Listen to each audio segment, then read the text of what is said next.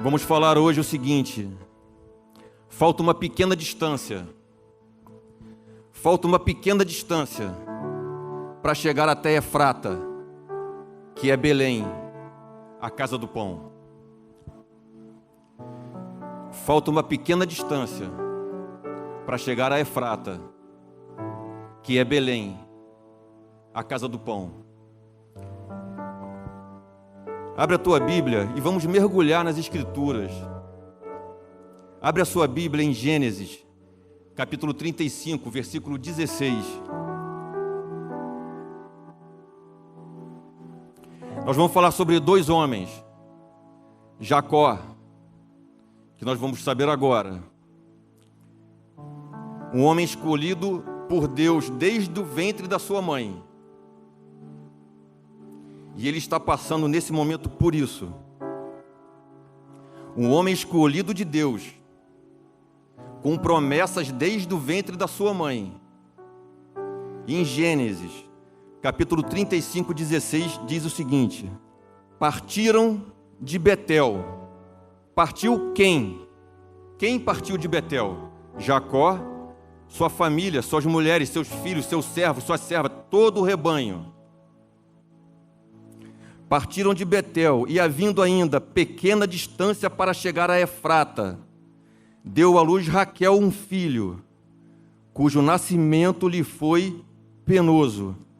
E em meio às dores do parto, disse a parteira: não temas, pois ainda terás este filho. E ao sair-lhe a alma, porque Raquel morreu, deu o nome da criança de Benoni, mas o seu pai lhe chamou Benjamim. Assim morreu Raquel, a amada de Jacó. E ele tinha trabalhado 14 anos, 7 mais 7, para ter Raquel, que ele amava. E de repente ele estava indo da cidade Luz, Betel, para Belém, a casa do pão. E estava tudo bem com ele. E no caminho, faltando um pouquinho para chegar, morre Raquel, o amor da vida dele. E naquele instante ela pare uma criança. E naquela aflição, naquele momento de dor, de perda, ela antes de morrer dá o nome da criança Benoni, que quer dizer aflição, temor, medo, tudo acabou. E vamos para 1 Samuel 13, capítulo 5. E vamos falar de um outro homem, também escolhido por Deus, ungido. O primeiro rei de Israel. 1 Samuel 13, 5, diz assim: reuniram-se os filisteus para pelejar contra Israel. 30.000 carros, 6.000 cavaleiros, povo em multidão como a areia do mar. Subiram e se acamparam ao oriente de Bet-Aven. Vendo, pois, o exército de Israel, que estavam em apuros, esconderam-se pelas cavernas, pelos buracos, pelos penhascos, pelos túmulos e pelas cisternas. Saul estava enfrentando a primeira guerra dele. Ele tinha acabado de ser ungido o primeiro rei de Israel. E de repente ele se vê numa situação de total terror. A palavra diz que o exército inimigo era como a areia do mar. Carros, cavalos. E Israel não tinha armas. E o povo teme. Também alguns dos hebreus passaram para o outro lado. E o povo que permaneceu com Saul, o rei, em Gilgal, se encheu de temor. Esperou Saul 7 dias, conforme o prazo determinado pelo profeta Samuel. O profeta Samuel falou: Saul, você vai descer para Gilgal. Você vai esperar 7 dias. Não faça nada. Espera a palavra do Senhor. Esperou Saul os 7 dias, porque ele lembrou da palavra de Deus. Esperou Saul os 7 dias, segundo o prazo determinado por Samuel. Ou seja, ele não esqueceu. Não vindo, porém, o profeta com a palavra de Deus a Gilgal, o povo se espalhou e Saul temeu e disse: traga-me os holocaustos. O que ele não deveria ter feito. O cara se enlouqueceu. O que tem a ver Jacó com Saul? Não é loucura, tem tudo a ver. Os dois ungidos de Deus, os dois com promessa, os dois acabaram de ter um encontro. A gente vai ver, cada um deles teve um encontro com o Senhor. Tinham acabado de ter encontros com Deus. Cara, homens como eu e você, a gente está lendo aqui de profetas, de pessoas da Bíblia, mas todos pecaram exceto um. Então, ou seja, tudo de carne e osso igual nós. Ok? Porque hoje é muito fácil você ler as Escrituras e achar que ele era um camarada especial. Não, ele estava lá como eu, como você, sofrendo, com problemas, famílias com problemas. Se você for ver a família de Jacó, cheia de problema. De Saul, mesma coisa. Então, não tem ninguém especial aqui. Homens como eu e com você. Agora, a situação é semelhante. Os dois tinham sido escolhidos. E para ambos, faltava só um pouquinho mais de tempo. Um pequeno caminho para Efrata, que é Belém, a casa do pão. Só mais algumas poucas horas, 1 minuto.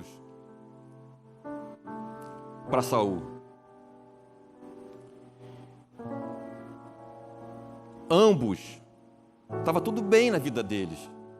Encontraram Deus, estavam felizes, radiantes. De repente veio a tormenta, veio o terror, veio o desespero para os dois. E aí? Aos olhos humanos acabou. Game over, como se diz. Terror, medo, tristeza, perda. Hoje é fácil. E mais uma coisa em comum: nenhum dos dois sabia o que Deus tinha planejado em seguida. Hoje você lê na tua casa o que aconteceu, mas eles não sabiam, como você também não sabe o que está programado para amanhã.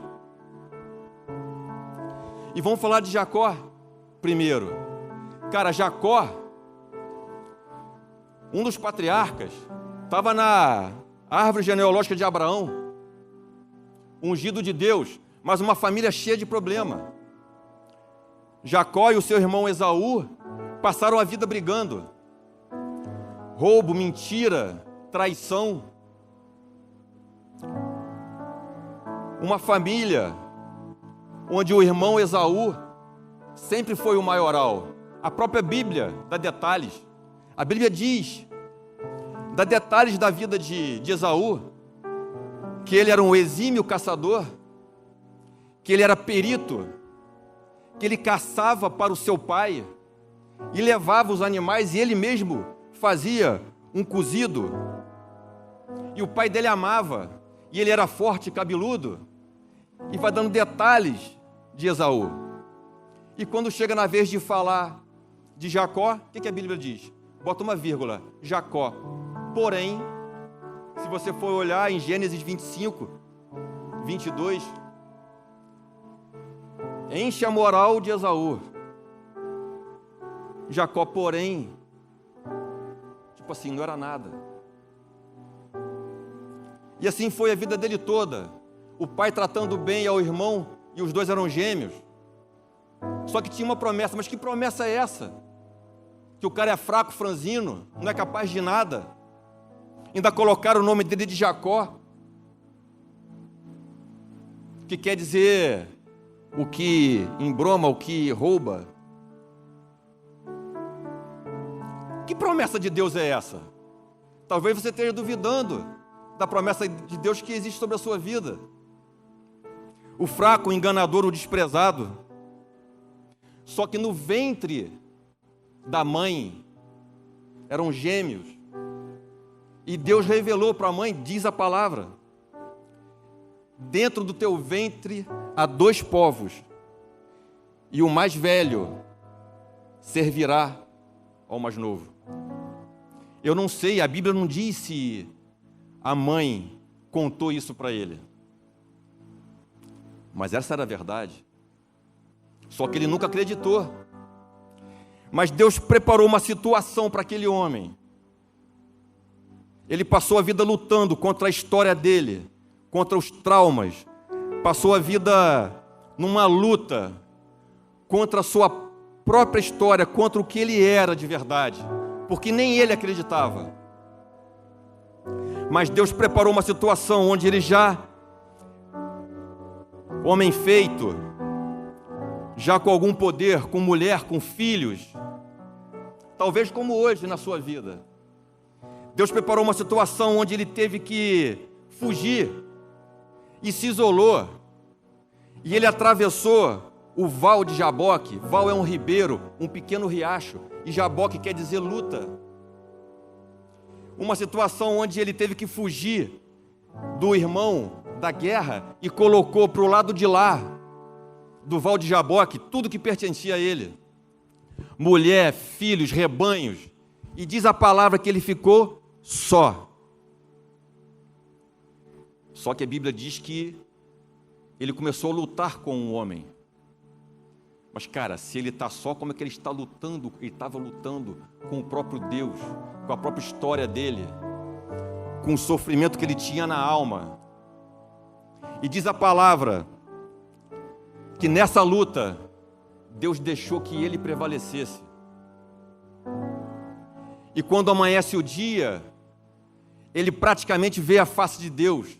E ele tem toda a história dele mudada. E Deus fala para ele: tu não se chamará mais Jacó, agora tu é Israel. Porque como príncipe, tu luta com Deus. Você persevera com Deus. E ele foi transformado em outro homem. E ele continua feliz da vida, porque tudo passou, tudo ficou bem. Ele perdeu aqueles traumas todos que ele tinha. Recompôs a família dele. E aí, de repente, ele tem mais um encontro com Deus. Se você for ver, lá em Gênesis 35, versículo 9, vindo Jacó de Padã Arã, outra vez lhe apareceu Deus e o abençoou. Deus já tinha se manifestado e abençoado, abençoou de novo. Apareceu para ele em Padã Arã: Jacó, você está indo para Belém, a casa do pão. E Jacó ficou muito feliz e pegou toda a família dele, o rebanho, tudo que ele tinha, e foi a caminho de Efrata, que é Belém. Mas faltando um pouquinho para chegar, a mulher amada dele ia ter o filho mais novo. E ela morre na hora do parto. E com muito sofrimento, aquela mulher dá o nome da criança de Benoni. Aflição, temor, medo. Que promessa é essa, cara? Acabou para Jacó. E seguinte, logo depois você vai ver que o filho mais velho de Jacó se deita com a concubina de seu pai. E logo no versículo seguinte, morre o pai de Jacó. Como que esse homem se colocou diante dessa situação? Desespero, perda. O que tem afligido os nossos corações? Ele temeu, lógico que ele temeu. E Saul? Vai para a tua Bíblia, em 1 Samuel capítulo 9, para você entender, naquela época, o reino de Israel era comandado por juízes corruptos, e o povo estava aflito, o povo sofria, e o povo queria um rei. O povo de Israel nunca tinha tido um rei. E o povo clamava por um rei, mas havia um profeta. E o profeta na Bíblia é profeta.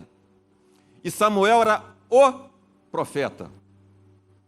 A Bíblia diz que nenhuma palavra de Samuel caiu por terra.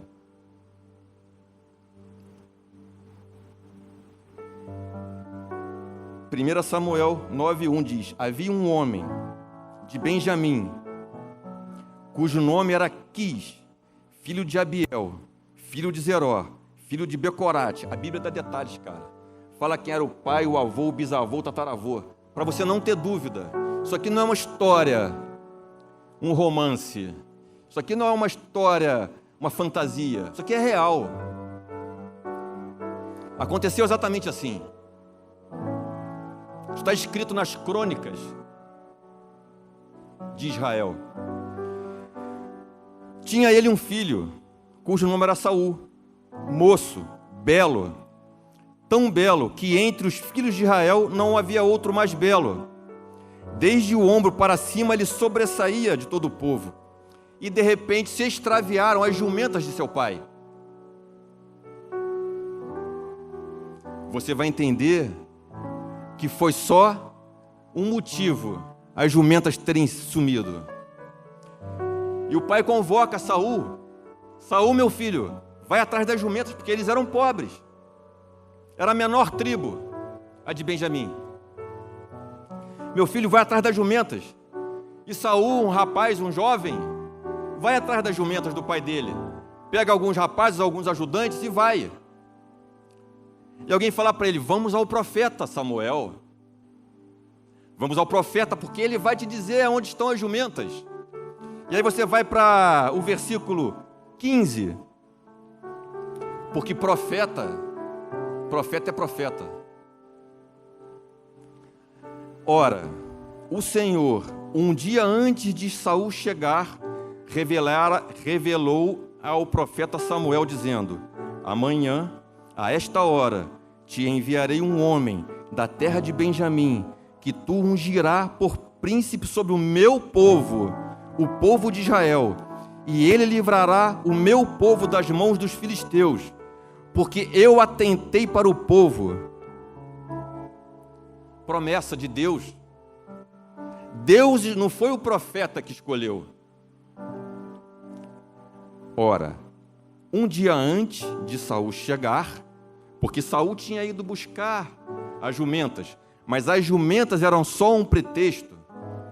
Talvez seja um pretexto. Alguém arrumou um pretexto para você estar aqui nessa noite. Amanhã, esta hora, te enviarei um homem da terra de Benjamim, que tu ungirá por príncipe, e ele livrará. Tinha uma promessa, cara. Saul chegou a Samuel, só que Saul não sabia quem era Samuel, e nunca tinha encontrado o profeta. No 18, tá? 1 Samuel 9:18. Saul se chegou a Samuel na porta e disse: me diz, quem é o profeta? Samuel respondeu: eu sou o profeta. Venha, porque hoje tu vai comer comigo. Quanto às jumentas do teu pai, esquece as jumentas, porque elas foram só um pretexto para você chegar aqui hoje e saber o seguinte: quanto às jumentas do seu pai, que há 3 dias se perderam, não se preocupe, porque já se encontraram. E por quê? Deus preparou tudo isso. Porque para ti, Samuel, para ti, Saul, está reservado tudo que é precioso em Israel. Não é para ti e para a casa do teu pai que todo o reino de Israel, cara, tinha promessa. Deus foi revelando e reafirmando a promessa sobre a vida de Saul. E os dois têm um momento a sós, o profeta Samuel e Saul. O profeta fala: Saul, pede os seus ajudantes para que vão para lá e fica tu aqui a sós comigo. No capítulo 10, versículo 1. Tomou Samuel um vaso de azeite e derramou sobre a cabeça de Saul. e falou: te ungiu o Senhor por príncipe pela tua herança, o povo de Israel. E o teu espírito será trocado, e tu virarás um outro homem, e vai acontecer isso na tua vida.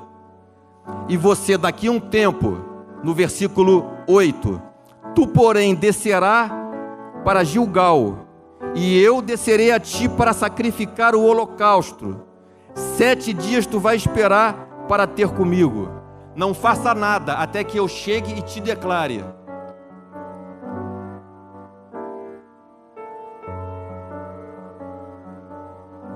E aí vem a situação que a gente viu. Samuel desceu a Gilgal. Todas as tribos, todo o exército de Israel estava lá, pronto para a peleja contra os filisteus. Só que os filisteus eram como a areia do mar. 30 mil carros, cavalos. E o povo se desesperou. Talvez como nós. Uma situação sem controle, onde você perde tudo, onde a morte está batendo na tua porta. A escassez, o medo, o pavor. Igualzinho Jacó. O desespero bateu. Cara, ele tinha acabado de ser ungido rei. Estava tudo uma maravilha. Mas uma situação se formou, onde ele estava desesperado. E tinha uma promessa: espera a palavra de Deus, que ela vai chegar. Vendo, pois, os homens de Israel que estavam em apuro se esconderam em cavernas, buracos, penhascos, buracos, túmulos, até pelas cisternas. O exército de Israel se escondeu, e Saul, o rei, ficou sozinho e temeu. Como é que está, talvez, a tua vida? Sozinho, sem ter, talvez, esperança. A destruição bateu, a morte. E aí, o que a gente vai fazer? Saul não creu. Não creu na palavra revelada do Senhor para a vida dele. Esperou Saul 7 dias, segundo o prazo determinado por Samuel. Ou seja, ele se lembrou. Ele não pode dizer: cara, eu esqueci. Não, porque ele esperou os 7 dias. Terminando o 7º dia, ele falou: cara, Deus não é comigo. Essa promessa é falsa. Esse Deus que eu ouvi falar, ele não existe. Eu desisto. Ele desistiu. Falou: cara, eu vou fazer por minha conta. Eu mesmo vou fazer. Não vindo, porém, o profeta Samuel a Gilgal, com a palavra de Deus, o povo se espalhou. Então disse Saul: traga-me a mim o holocausto. Mal acabara, no versículo 10, mal acabara Saul de oferecer o holocausto, chega Samuel e pergunta: o que tu fizestes? Cara, eu fico imaginando a cara de Saul. Que mais, cara? Tu tinha uma palavra revelada de Deus para a tua vida. Deus escolheu de todas as tribos, de todas as famílias, escolheu a você, como escolheu a você. E ele não creu, ele duvidou de uma palavra revelada para a vida dele. Cara, um homem como eu, como você, não tem nenhum, fora Jesus Cristo, não tem nenhum outro diferente na palavra. São todos igual a nós, homens. Ele não creu. E ele desobedeceu a palavra revelada. No 13, então disse Samuel a Saul: procedeste neciamente, loucamente, em não guardar o mandamento que o Senhor, o teu Deus, te deu, pois teria neste momento, para sempre, o Deus de Israel teria, para sempre, dado o trono em tua possessão. Não era naqueles 4, 10 anos, não.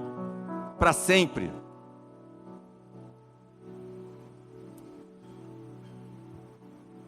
Agora não subsistirá mais o teu reino. o Senhor buscou para si um outro homem que lhe agrada mais que tu, e já lhe ordenou que seja ele o príncipe. Naquele instante, o cara desobedeceu, ele não creu, faltando uma pequena distância para chegar em Belém, faltando alguns minutos para terminar o prazo de 7 dias. Eu não sei se faltam 7 dias, 70 dias, 700 dias para se resolverem as suas aflições. Mas aqui a palavra foi clara. Acabou Samuel de desobedecer, no mesmo instante apareceu o profeta. Tu agiste loucamente em não obedecer a palavra de Deus. Neste instante, Deus tira o reino de ti e dá para outro melhor do que você.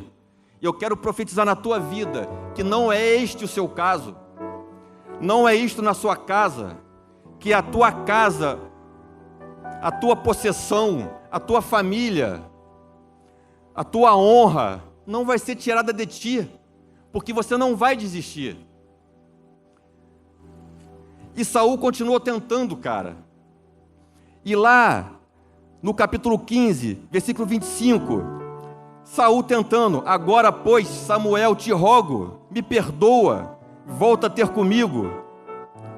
Porém, Samuel disse a Saul: não tornarei contigo, porque tu rejeitaste a palavra do Senhor, e este já rejeitou a ti. E Samuel virou para ir embora. Saul, desesperado, diz a palavra, agarra o profeta pela roupa e puxa, e rasga a roupa do profeta no desespero. Então Samuel lhe disse: o Senhor neste instante acaba de rasgar o teu reino de ti e entregou ao teu próximo, que é melhor do que tu.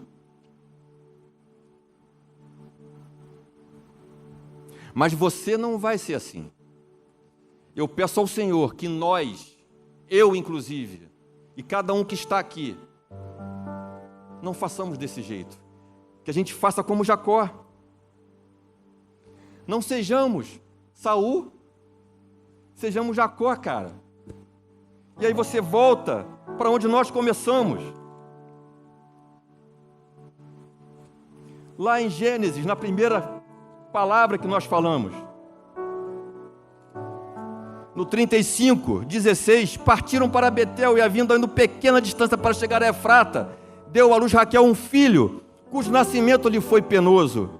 Em meio às dores de parto, disse a parteira: não temas, pois terá esse filho ao sair-lhe a alma, porque morreu Raquel. Ela deu o nome do filho de Benoni, mas o seu pai Jacó lhe chamou Benjamim, a boa esperança. A bem-aventurança, Benjamim quer dizer bem-aventurança, Benoni quer dizer aflição, terror, acabou, medo. Não, cara, você acha que ele estava realmente feliz? Lógico que não, ele estava desesperado, como talvez a gente esteja, como talvez algum de nós estejamos. Mas ainda no meio daquela confusão, daquela desgraça, morte, desespero, ele falou: tu não vai chamar Benoni, aflição, medo, terror. O teu nome é Benjamim, a boa esperança, a bem-aventurança do Senhor sobre a tua e sobre a minha vida. Mesmo perdendo logo em seguida o pai, mesmo perdendo em seguida a confiança do filho mais velho, tudo acabado, parecia aos olhos humanos tinha acabado. Morte, terror, desespero, deserto.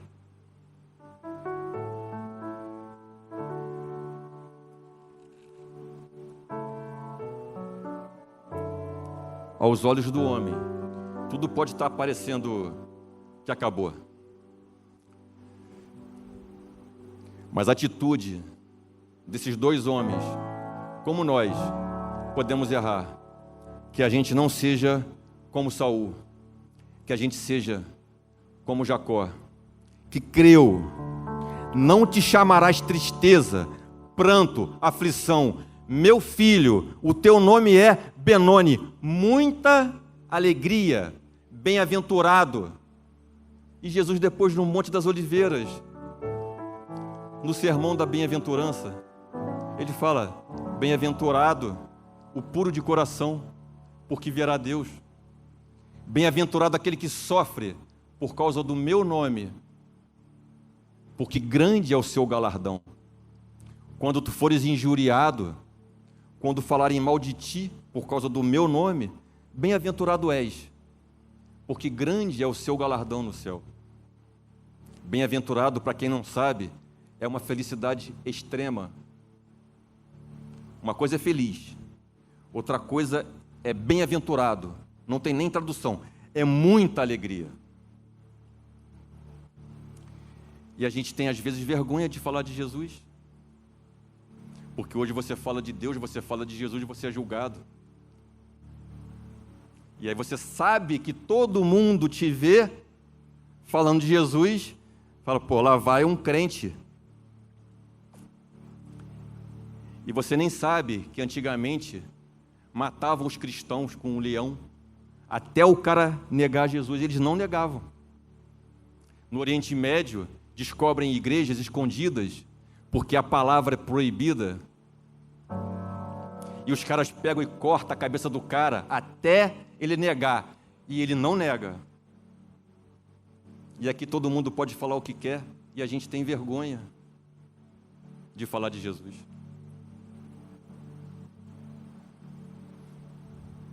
Do nosso Deus, aquele que me salvou. Cara, eu já tive no caminho de Efrata. Você pode não saber, mas eu sei.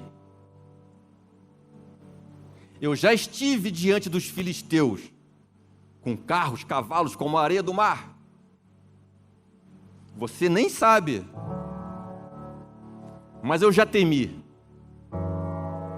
que sejamos como Jacó, que creu, independente do que os olhos viam. Você olha e você vê morte, você olha e você vê escassez, você olha e você só vê desespero, desgraça, acabou. Não, Benoni, Benjamim, ainda que a figueira não dê figos, não floresça, ainda que a vide não dê uvas, ainda que as malhadas, que as ovelhas sejam exterminadas do pasto. Está em Abacuque, os últimos versículos do profeta Abacuque. Ainda que a figueira não floresça, que você tenha fome, ainda que a vide não dê uvas e você não tenha vinho, ainda que a oliveira não dê azeitonas para você ter o seu azeite, e lá em Israel era tudo de mais precioso, o vinho, a figueira, os figos, o azeite. E diz lá em Abacuque que ainda que o campo não dê o seu mantimento, ainda que o trigo não nasça, ainda que você não tenha pão, ainda que você esteja quase chegando na casa do pão em Belém, e você olha a destruição total, ainda que não haja boi no curral, é o que está escrito, eu não estou falando nada da minha cabeça, ainda que seja destruição total na tua vida, você liga a televisão, é só desgraça, você olha para o lado, só se fala de desgraça, pessoas morrendo, talvez você esteja aflito, com razão, perdendo pessoas, a morte pode estar chegando. Cara, chegou num profeta de Deus, chegou num patriarca. O camarada tinha acabado de ter a vida transformada. Ele se encontrou em Peniel, face a face com Deus. O anjo do Senhor apareceu para ele em Peniel. Ele largou tudo que ele tinha, ele ficou sem nada. Ele se esvaziou. E o anjo lutou contra ele. E o anjo deixou que ele prevalecesse. E ele lutava com o anjo, mas no final ele amou o anjo. Falou, não vai embora. Aí o anjo falou, eu tenho que ir, porque vai amanhecer e você vai ver a face de Deus. E todo aquele que vê a face de Deus não suporta tamanha glória. Então deixe-me ir. E Jacó, não vai, Senhor. Ele estava lutando contra o cara e se apaixonou por Deus. Muitos de nós somos assim. A gente não quer saber de crente, não quer saber de Jesus. Isso é balela. Até o dia que o Senhor se revela para você. E você passou a vida inteira como Jacó, lutando contra o anjo do Senhor que queria falar contigo. E aí Deus prepara uma situação onde você perde tudo. O teu Porsche está na garagem e você nem pode usar. A sua empresa gigante está com medo de quebrar. Talvez você não tenha empresa, não tenha Porsche, mas talvez você não esteja perdendo a sua família. Talvez você esteja isolado, sem comida na geladeira, e você fala, acabou. Assim foi com Jacó. Game over. Mas a diferença entre Saul e Jacó, diante da aflição, do terror, da morte, do desespero, é fácil? Cara, não deve ser nada fácil. Certamente é muito difícil. Mas como no louvor, ainda que a figueira não floresça, ainda que a vide não deu seu fruto, ainda que o campo não deu mantimento, ainda que na malhada das ovelhas haja extermínio, ainda que no curral não haja boi nenhum, ainda assim eu me alegrarei. Deve ser bem difícil, cara. É muito fácil cantar, mas eu quero que você feche os seus olhos na sua casa e que você creia, porque você não é como Saul, você será como Jacó. Você não vai desistir, você pensou em se entregar, mas você não vai, porque esse louvor diz que o controle ainda está nas mãos dele. É difícil crer? É difícil crer. O louvor diz que você tem um Deus que não vai deixar tudo acabar. Esse louvor diz que existe um Deus que tem o controle nas suas mãos. Cara, Jacó certamente duvidou, mas ainda assim ele foi forte e suportou até o final. E sabe como terminou a história de Jacó? É lindo, eu vou ler para você. Está lá em Gênesis 48. É o final da palavra de Gênesis, do primeiro grande livro da Bíblia. Uma história linda. Ele perdeu Raquel, perdeu o amor da vida dele, perdeu o amor da vida dele. Foi traído pelo filho, o pai morreu, mas ele seguiu. Porque o nome que Deus trocou para ele foi Israel, aquele que persevera com Deus, aquele que crê, que não desiste. E lá no capítulo 48 de Gênesis, é a bênção final de Jacó para os seus 12 filhos. Ele criou os filhos dele, os 12 filhos, até o final da vida. Anos e anos se passaram, desde que ele perdeu o amor, Raquel, da vida dele. Gênesis 48:1. Passadas essas coisas, disseram a José, o filho de Jacó, teu pai está enfermo. Então José tomou consigo seus filhos, Manassés e Efraim, os netos de Jacó, e avisaram a Jacó: eis que José, o teu filho, vem ter contigo com seus netos. E diz que Jacó, que se chamava Israel, esforçou-se para ficar sentado na cama. Eu fico imaginando um cara velhinho, uma vida inteira de sofrimento, de luta, passou fome depois da morte da amada dele. Veio a fome, a seca em Israel. Tiveram que comprar comida no Egito, viraram escravos. Mas ele não desistiu. Idoso, avisaram a Jacó: seu filho vem aqui. Esforçou-se Jacó para se sentar na cama. Disse Jacó a José: o Deus Todo-Poderoso me apareceu em luz na terra de Canaã e me abençoou. Ele estava lembrando de 80 anos atrás, das promessas que ele havia ouvido e ele creu. O Deus Todo-Poderoso, meu filho, ele me apareceu em luz na terra de Canaã e me abençoou. E ele me disse: eu te farei fecundo e te multiplicar-te-ei e te tornarei uma multidão, como as estrelas do céu, e a tua descendência darei esta terra em possessão perpétua. Agora, pois, os teus filhos nasceram nessa terra, e eu, que achei que nem ia te ver, ainda vejo os meus netos. Ele estava velhinho, nem conseguia ver mais direito. Ele se esforçou, estava deitado, não levantava mais da cama. Diz a palavra que ele se esforçou para se sentar no leito. E ele começou a contar uma história da vida dele para os filhos. E começou a abençoar os seus 12 filhos. E no versículo 7, ele lembra de quando morreu Raquel. Ele fala para o filho dele, no versículo 7: vindo eu de Padã, me morreu com muito pesar, tristeza, Raquel, na terra de Canaã, havendo apenas um pequeno caminho para terminar a estrada,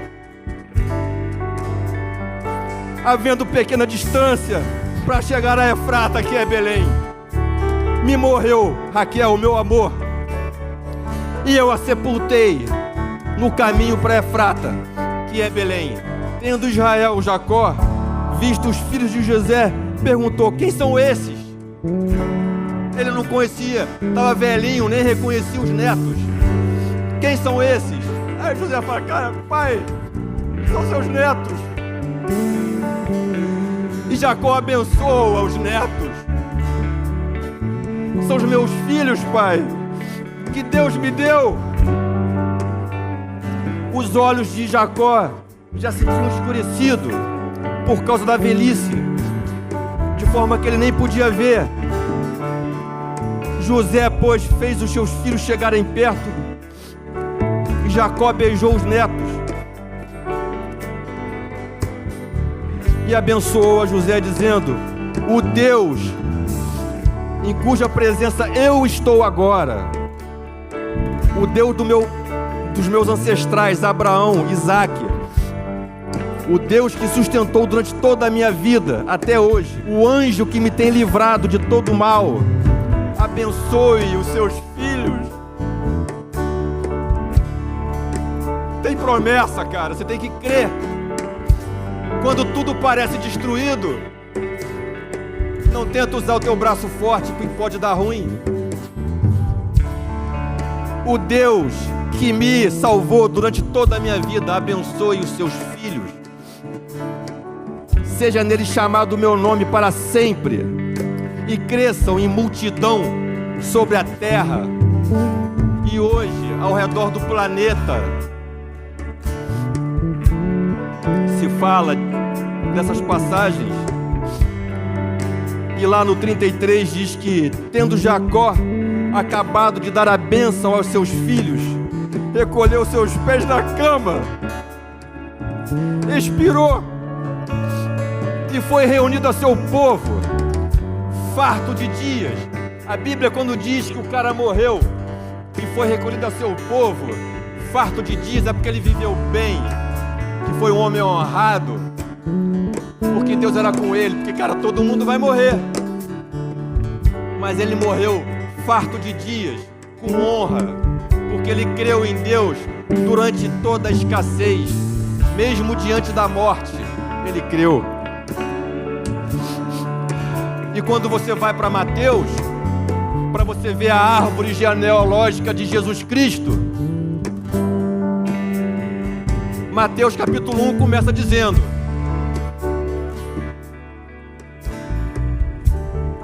esta é a genealogia de Jesus Cristo. o Filho de Deus, o Todo-Poderoso. Abraão nasceu Isaac. De Isaac nasceu a Jacó. De Jacó nasceu fulano, Beltrano, Ciclano. Cara, Saul sumiu. Saul não é mais contado. Sabe quem aparece na genealogia de Jesus Cristo depois? Davi. Aquele que tinha o coração segundo o Senhor, cheio de pecado, cheio de problema. Fez um monte de besteira, mas tinha o coração. E foi ele que o Deus Todo-Poderoso tirou para colocar no lugar de Saul, que não creu. Que Deus te abençoe.